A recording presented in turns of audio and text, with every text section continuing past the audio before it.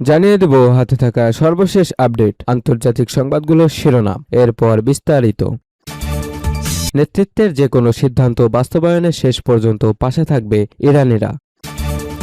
আরও জানিয়ে দেব হুতিদের বিরুদ্ধে ইয়েমেন সেনাবাহিনীর সামরিক অভিযান শুরু। আরও জানিয়ে দেব গৃহযুদ্ধে জড়াতে পারে ইয়েমেনের চলমান সংঘাত। সর্বশেষ জানিয়ে দেব অস্ত্র হস্তান্তর সহ শান্তি পরিকল্পনার পরের ধাপে যেতে প্রস্তুত হামাস।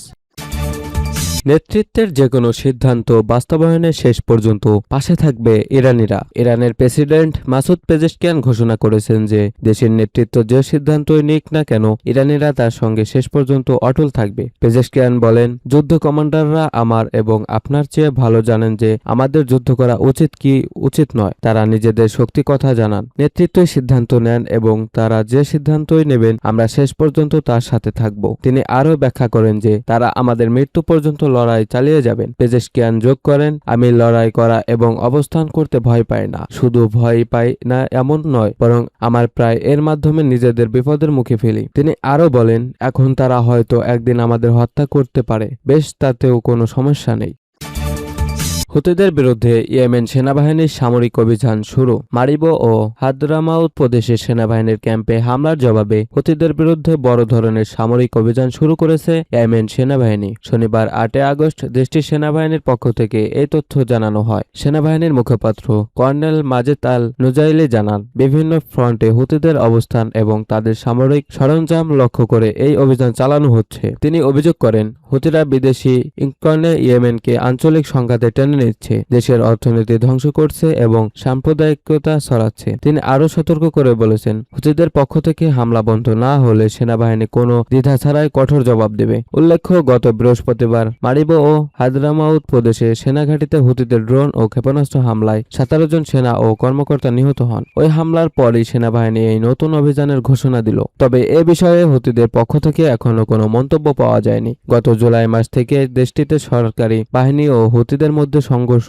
চলে আসছে।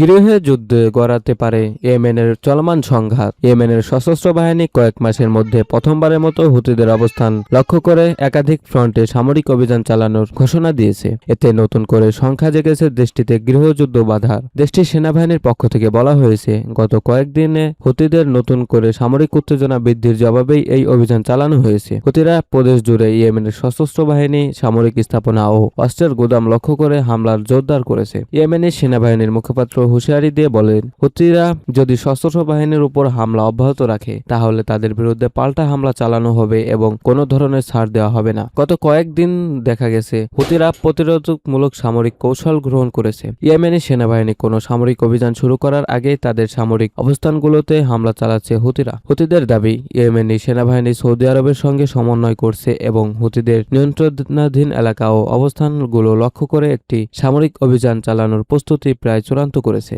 এমন আশঙ্কা থেকে তারা হামলা চালাচ্ছে। জাতীয় সংঘ পরিস্থিতি আরও উত্তপ্ত না করে উত্তেজনা প্রশমনের আহ্বান জানিয়েছে। তবে জাতীয় সংঘে বিশেষ করে হুতিদের সাম্প্রতিক ব্যালিস্টিক ক্ষেপণাস্ত্র ও ড্রোন হামলার পাশাপাশি লোহিত সাগরে তেলবাহী ট্যাঙ্কারে হামলারও নিন্দা জানিয়েছে। পরিস্থিতির দ্রুত অবনতি ঠেকানো না গেলে ইয়েমেনে চলমান এই সংঘাত নতুন করে গৃহযুদ্ধের দিকে গড়াতে পারে বলে সতর্ক করেছেন বিশ্লেষকরা।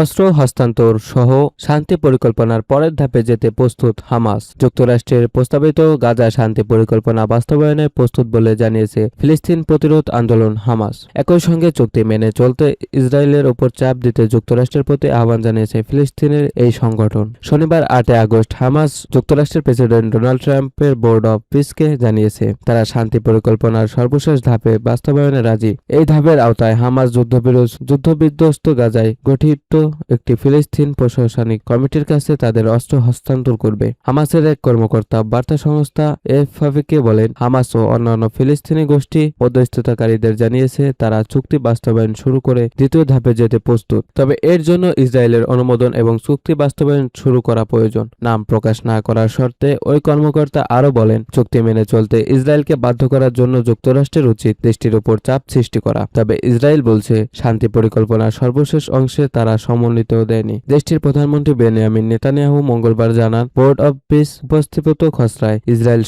সম্মতি দেয়নি। এর আগে গত সপ্তাহে মার্কিন প্রেসিডেন্ট ডোনাল্ড ট্রাম্প দাবি করেছেন হামাস পরিকল্পনার আওতায় নিরস্ত্রীকরণে সম্মত হয়েছে। বোর্ড অব পিস জানিয়েছিল এর বিনিময়ে ইসরায়েল ধাপে ধাপে গাজার বড় একটি অংশ থেকে সেনা প্রত্যাহার করবে। তবে সোমবার বোর্ড অব পিস এর গাজা বিষয়ক উচ্চ প্রতিনিধি নিকোলাই মিলানদেভের সঙ্গে নেতানিয়াহুর বৈঠকের পর অবস্থান বদলায়। মিলানদেভ জানান, হামাস পুরোপুরি নিরস্ত্র হওয়ার পরেই ইসরায়েল গাজা থেকে সেনা প্রত্যাহার করবে। ইসরায়েল সেনাবাহিনী ও জানিয়েছে তারা হামাসের বিরুদ্ধে হামলা চালিয়ে যাবে।